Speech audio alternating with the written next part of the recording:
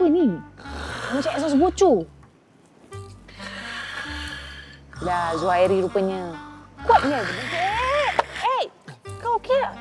Dah start meeting Meeting apa? Semua belum lagi balik dari makan tengah hari. Kau ni berdengkur kuat sangat. Satu bangunan ni boleh dengar.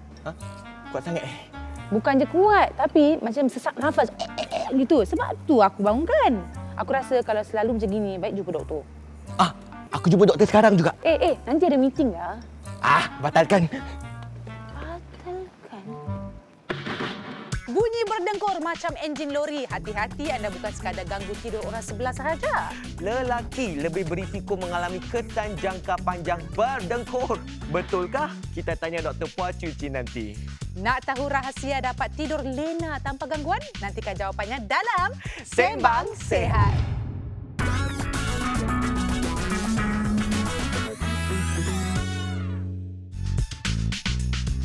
Okey, Ainul. Pernah tak awak tidur tapi boleh terdengar diri sendiri berdengkur? Teruk tu.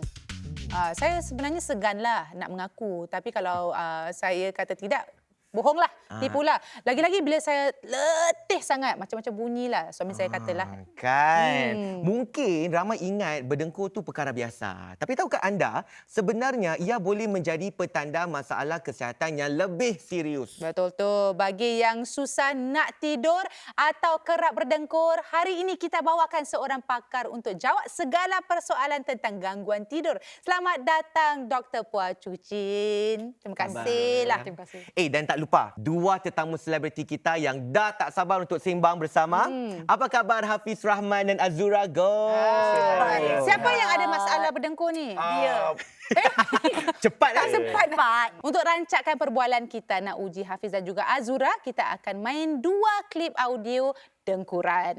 Dan anda berdua perlu meneka yang mana bunyi dengkuran biasa dan yang mana pula mungkin dengkuran tanda gangguan. Ini macam you ke? Hafiz? Macam singa mengaum. Dah jauh macam bunyi badak. Klip yang kedua pula. Oh inilah, ni gangguannya.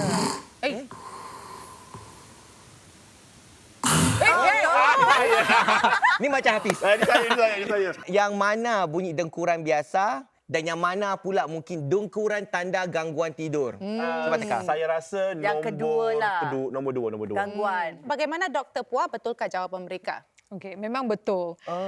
Yang kedua tu, you dengar tu bunyi tak kuat sangat tapi dia ada berhenti sikit. Lepas tu macam tercekik sesak nafas tu. Lepas tu baru tarik nafas. Itunya gangguan pernafasan. Sebab yang bila berlaku ini, paras oksigen kita boleh turun. Doktor, bagaimanakah untuk kita bezakan kedua ni? Biasanya ada dengkuran yang bahaya dan tak bahaya. Yang dengkuran yang bahaya itu biasanya ada gangguan pernafasan seperti yang saya dah cakap tu. Biasanya orang yang ada dengkur bahaya itu ada pun bersertai dengan sesak nafas atau berhenti nafas. Itu pertamanya. Dan keduanya, bila orang yang berdengkur bahaya itu biasanya waktu siang dia pun rasa letih sangat. Walaupun tidur banyak-banyak jam pun masih rasa letih. So ini kita boleh buat satu penilaian sendiri. Kita boleh tengok slide ni. So, 8 soalan ini kita panggil stop bang. Pertama, snoring. Adakah anda berdengkur dengan kuat dan kerap? T untuk tired. Adakah anda berasa letih sepanjang masa? O untuk observe. Itu ada sesiapa yang melihat anda berhenti bernafas. P untuk pressure. Adakah anda mempunyai tekanan darah tinggi? BMI. Adakah berat badan anda melebihi 35? Usia lebih daripada 50. N untuk neck size. Adakah lilitan leher anda melebihi 40 cm? G gender untuk adakah anda lelaki? Risiko tinggi.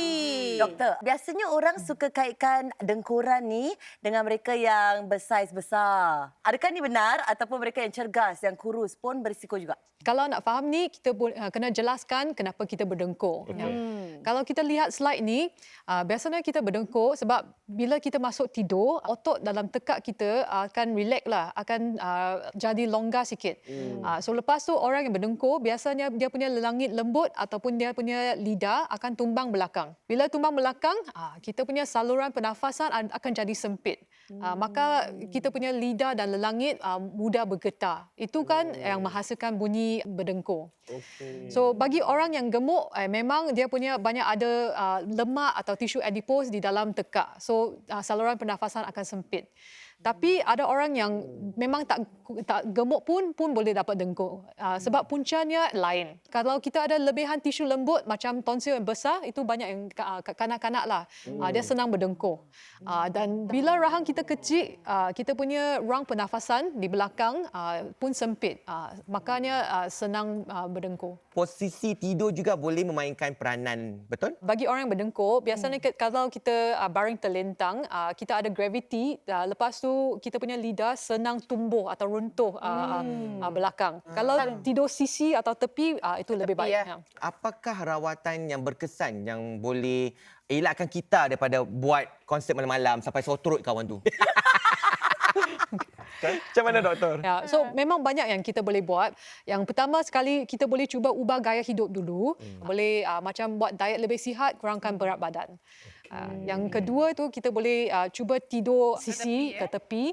Ini akan membantu sikit. Doktor, saya dah bawa dua benda. Ini adalah satu trend yang semakin popular sekarang. Katanya boleh mengurangkan dengkuran dalam kita tidur ni. Jadi, dah ada mouth tape dengan juga nasal strip. Yang macam ini nasal strip kan, ini berkesan bagi orang yang ada sumbat hidung. Sebab yang ini kita lekat kat luar sini, dia akan bukakan hidung sikit. Bila kita berdengkur, biasanya kita ada lebih daripada satu tempat yang sumbat lah, bukan hidung saja. Kan?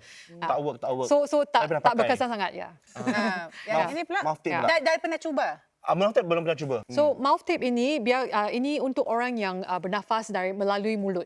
So kita tutupkan mulut bila kita tidur. Bagaimana ini berfungsi? Biasanya kita tidur lebih baik kita tidur dengan bernafas melalui hidung.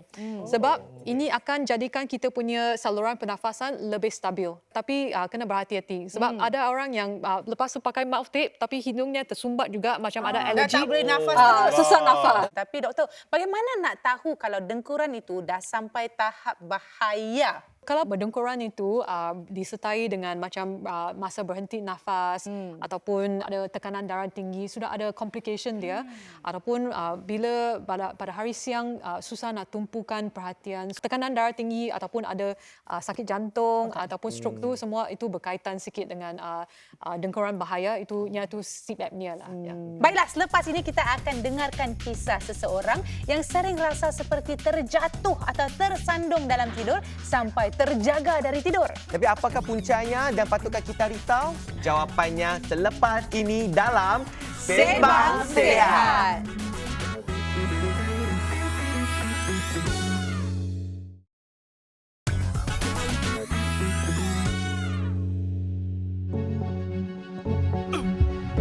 Kadang nak tidur lenyak tu susah lah sebab memang gerak-gerak tu biasa lah tapi bila terbangun tu, bila terperanjat tu memang penat lah, penat. Nama saya Wan Ahmad, saya seorang pelakon, freelancer dan saya juga seorang guru seni. Hypnic journey sebenarnya tak tahu apa sebab dia.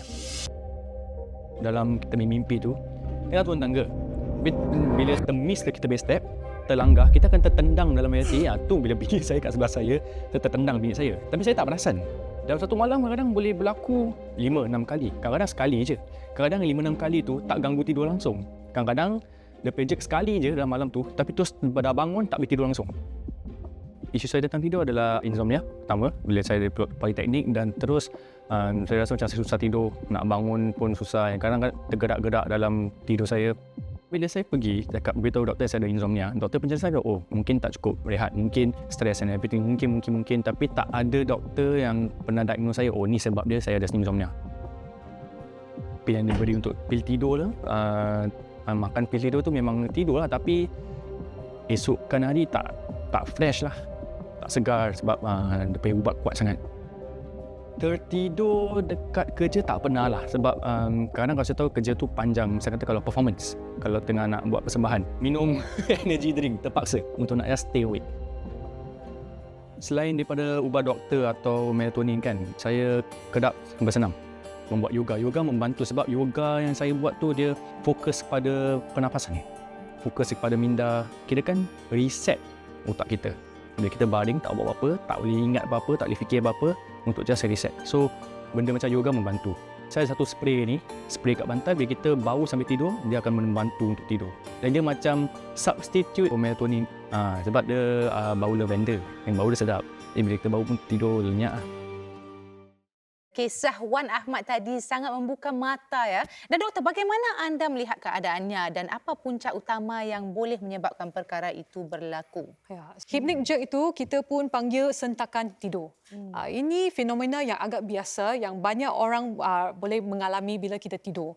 Tapi orang yang ada hypnic jerk, dia akan rasa dalam mimpi dia tengah jatuh dari tempat tinggi atau jatuh dari tangga. Maka reaksinya dia senang tersentak ataupun reaction terperanjat. So itu hypnic jerk. Itu memang dia biasanya banyak orang yang boleh ada dan biasanya dia tak mengganggu tidur. Tapi satu lagi yang Wan Ahmad cakap tu sebab dia cakap ada kala dia tertendang dia punya isteri ataupun dia tak perasan, tak ingat dia buat semua action ni. Ini ada kemungkinan pun boleh jadi REM behavior disorder. Itu yang satu gangguan tidur lain. So itu gangguan tidur ini biasanya orang yang ada REM behavior disorder dia melakonkan mimpi dia. Kalau ada situasi ini biasa saya nasihatkan kalau boleh pergi jumpa pakar tidur dan mungkin kena buat satu ujian tidur lengkap polisomnografi. Doktor, tadi kita lihat Wan tu dia ambil energy drink ataupun minuman tenaga. Jadi kalau minum terlalu kerap ada tak efek yang negatif? Energy drink atau minum tenaga ini memang dia berkesan bagi jangka pendek. Okey. Sebab dia mengandungi kafein, dia akan bagi kita rasa lebih segar dan boleh kerja sikitlah. Tapi untuk jangka panjang kalau asyik minum energy drink ini terlalu banyak kafein, dia akan jadikan kita punya tidur tak enak, tak lena sangat. Doktor, sekarang ni saya tahu amat mudah untuk mereka dapatkan pil seperti pil magnesium, pil melatonin. Adakah ia berkesan untuk membantu tidur dan boleh tak makan hari-hari? Magnesium dan melatonin ini kita panggil sleep aid ataupun suplemen yang kita ambil untuk membantu kualiti tidur kita. Kualiti sahaja. Kualiti, ya. So bagi magnesium dia berkesan bagi relaxkan kita punya saraf dan otot. So supaya bila kita tidur kita rasa tenang sikit. Tapi kita kena jaga sikit sebab magnesium ini dia tak boleh digunakan untuk rawatan gangguan tidur yang lebih serius macam sleep apnea ke hypnic jerk, narkolepsi semua tu. Ya. Lepas tu bagi melatonin dia sejenis hormon yang kita punya badan akan keluarkan biasanya pada petang ke malam.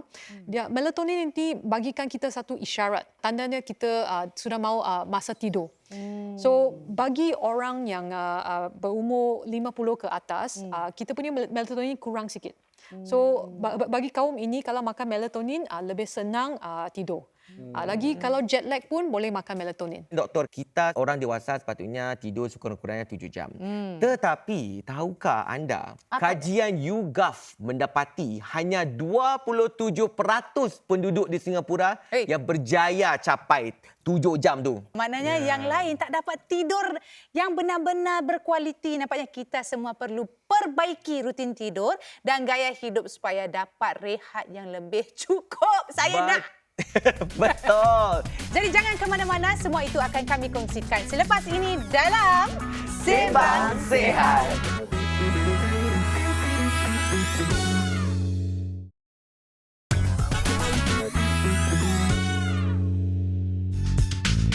Kita kembali ke Sembang Sihat dan hari ini kita sama-sama ingatkan diri untuk perbaiki rutin tidur dan utamakan rehat yang cukup. Betul tu, dan sekarang kita nak rancakkan Sembang Sihat malam ini. Hafiz, Azura, sudah sedia? Ya. Bagus. Bagus. Jadi anda berdua akan diuji untuk asingkan tabiat-tabiat tidur yang ada di sini kepada dua kategori, positif dan negatif. Kita mulakan 1 minit dari sekarang. Okey. Okey. Cepat. Dah saya ulurkan ke? Dah Ini pegangkan tak ke? apa, terima kasih. Alam, sian. Nah. Snack tapi dah makan rasa penat kan? Waktu tidur tetap. Betul ke tidur siang berlebihan tu negatif? Tak boleh lah kalau dah tidur. 30 saat. Mungkin sinilah 20 saat, lagi 20 saat. Betul? Confirm? Lepas tengok orang lain punya. 7, 6, Bolehlah. Terimalah, terima. Boleh. Nanti boleh lah. Kena yakin dengan Satu. soalan sendiri. Mari kita dengar daripada Dr. puas ya. Betul atau tidak jawapan mereka dan apa sebabnya? Silakan doktor. Dari Azura yang positif, waktu tidur tetap ini memangnya betul. Mandi air suam tu memang bagus sebab bila kita mandi air suam kan suhu badan kita akan meningkat sikit. Bila keluar dari bilik mandi, kita punya suhu badan turun, itu bagi isyarat bagi kita punya badan masa untuk tidur. Okay. Dan lepas tu baca buku boleh, tapi kena buku fizikal, bukan buku tablet ataupun iPhone semua tu. Bantal selesa ni memang dia akan membantu sebab kita rasa selesa, kita lebih senang nak tidur. Dan meditasi tu dia akan biarkan kita punya minda relax sikit, boleh tidur tenang sikit. Kalau sebelah sana tu macam mana? Faktor-faktor negatif ni. Okey, bagus. Yang pertama itu minum kopi sebab kopi memang ada kafein. Kalau kopi mengandungi kafein, dia akan biarkan kita tak tidur lena sangat. Okay. Dan tidur siang berlebihan.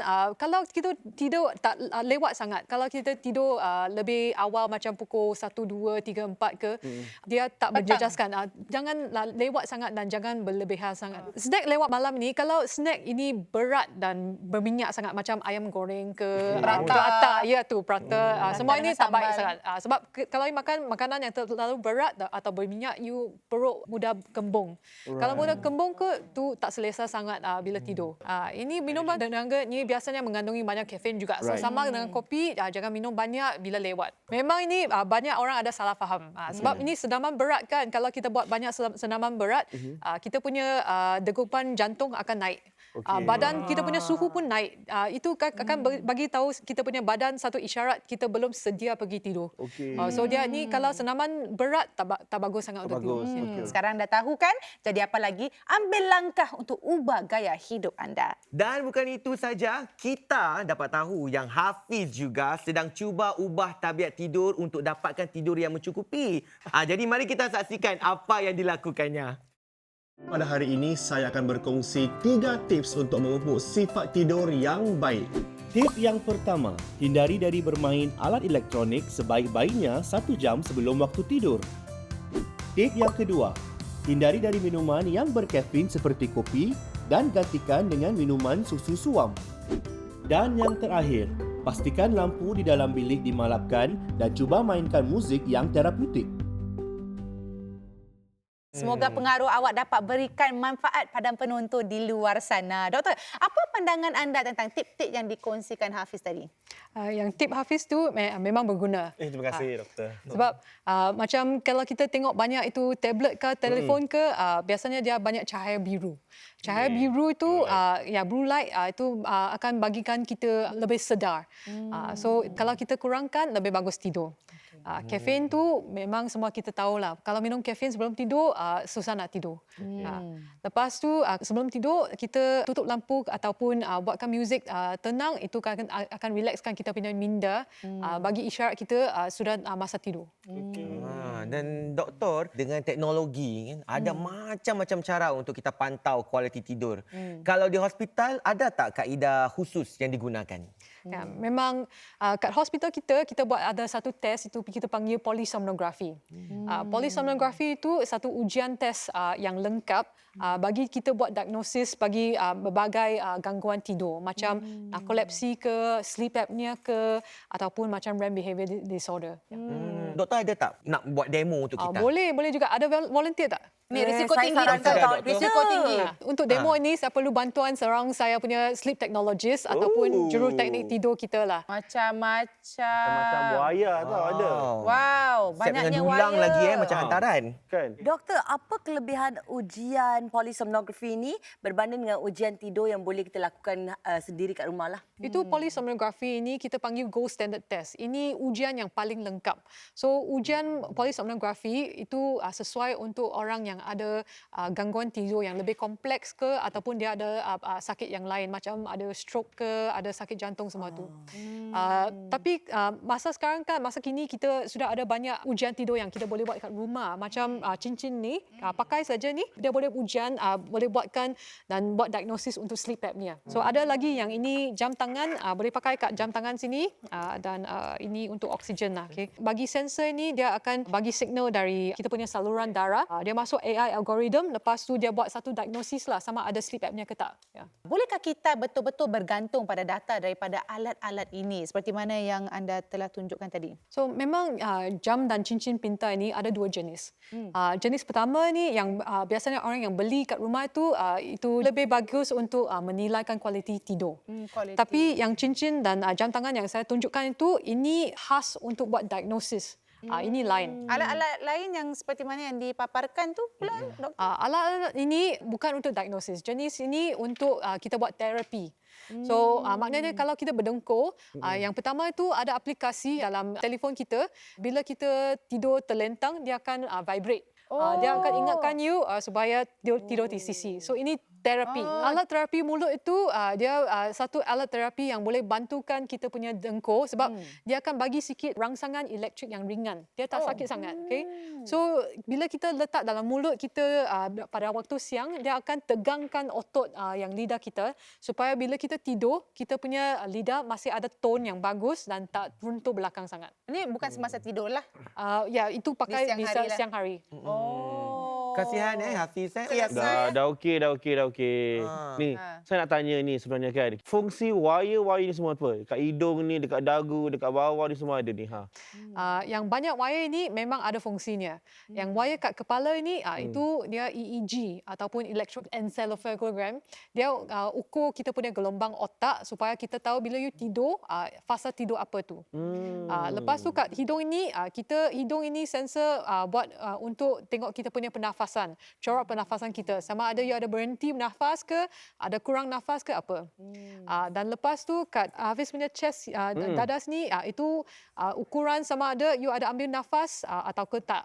Kat kaki itu EMG, electromyogram. Dia untuk tengok kita punya otot sama ada relax bila kita tidur tak. Semoga perkongsian malam ini membuat anda lebih sedar tentang pentingnya menjaga rutin tidur dan tahu langkah yang boleh diambil jika masalah berlaku. Baiklah, sebelum kita akhiri episod kali ini, Dr. Puah boleh anda kongsikan 3 peringatan penting mengenai topik kita. Yang pertama, kita pentingnya kita amalkan gaya hidup dan rutin tidur yang sihat. Dan yang kedua, kita dah bualkan kan, kita kena kenalikan tanda amaran dan jangan abaikan kalau dengkurnya kerap dan teruk. Yang last kali, kita boleh gunakan teknologi secara bijak dan dapatkan diagnosis yang tepat. Terima kasih banyak Dr. Puah kerana kongsi tip-tip berguna. Harap selepas ini semua penonton lebih ambil berat dan dapat tidur dengan nyenyak setiap malam. Saya pun nak. Saya pun nak. Kan? Terima kasih juga kepada Hafiz Rahman dan juga Azura Go kerana sudi bersama kami. Terima kasih. Sampai di sini saja masa yang ada bagi Sembang Sihat minggu ini. Jangan lupa untuk menjaga kesihatan anda dan jumpa lagi dalam Sembang Sihat.